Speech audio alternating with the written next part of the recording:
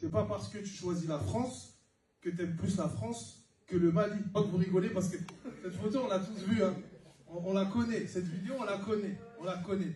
On connaît, c'est le fils de Yves Bissouma qui dit « Moi, je veux pas jouer pour le Mali, moi. Moi, je veux jouer en Angleterre. » Si on parle des binationaux, comme je disais tout à l'heure, moi, j'ai eu un agent de ces joueurs-là. Ces joueurs-là, comme tu disais pour la Sanadjara, ils veulent jouer pour le Mali. Ils aiment le Mali. Ils attendent le Mali. Certes, on aime la France aussi, on est bien ici, mais on a cet amour particulier pour le Mali. On se sent, on a envie d'apporter quelque chose au Mali. Mais il y a un problème de gestion. C'est-à-dire que quand ils sont jeunes, eux tous, il y en a plein qui rêvaient d'aller en Coupe du Monde U17. Personne n'a été concrètement approché. Personne n'a reçu de proposition. Du coup, tu te sens frustré. Tu dis peut-être que finalement, on n'est pas les bienvenus. Et en plus, j'ai parlé aussi avec le cercle offensif, un influenceur qui est au Mali. Et lui me dit, c'est bien que tu parles de ce sujet des binationaux et que tu as pu avoir ces témoignages. Parce que nous, au Mali, on a l'impression que les jeunes Français, ils sont hautains. Ils n'aiment pas le Mali, ils nous ignorent. Alors que ce n'est pas du tout ça. C'est vraiment pas du tout ça. Et en fait, la fédération fait même croire aux Maliens que le problème, c'est les binationaux. C'est eux qui n'aiment pas le Mali. Alors que c'est faux. C'est eux qui ne travaillent pas. Pourquoi? Parce qu'un Malien, il ne va pas aimer le Mali, mais un Ivoirien franco-ivoirien, il va aimer la Côte d'Ivoire. Un franco-algérien, il va aimer l'Algérie. Un franco-marocain, il va aimer le Maroc. Mais nous, le Mali, on est différents de tout le monde. Non.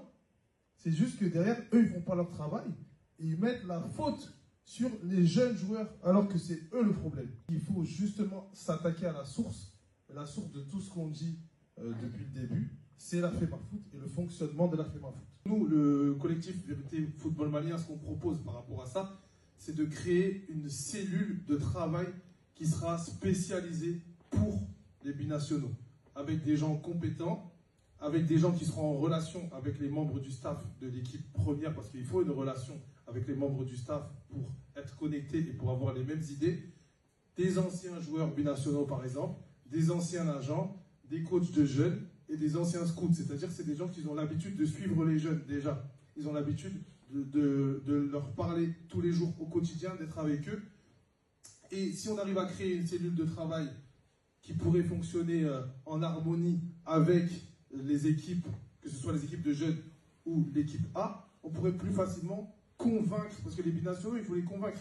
C'est pas parce que tu choisis la France que tu aimes plus la France que le Mali.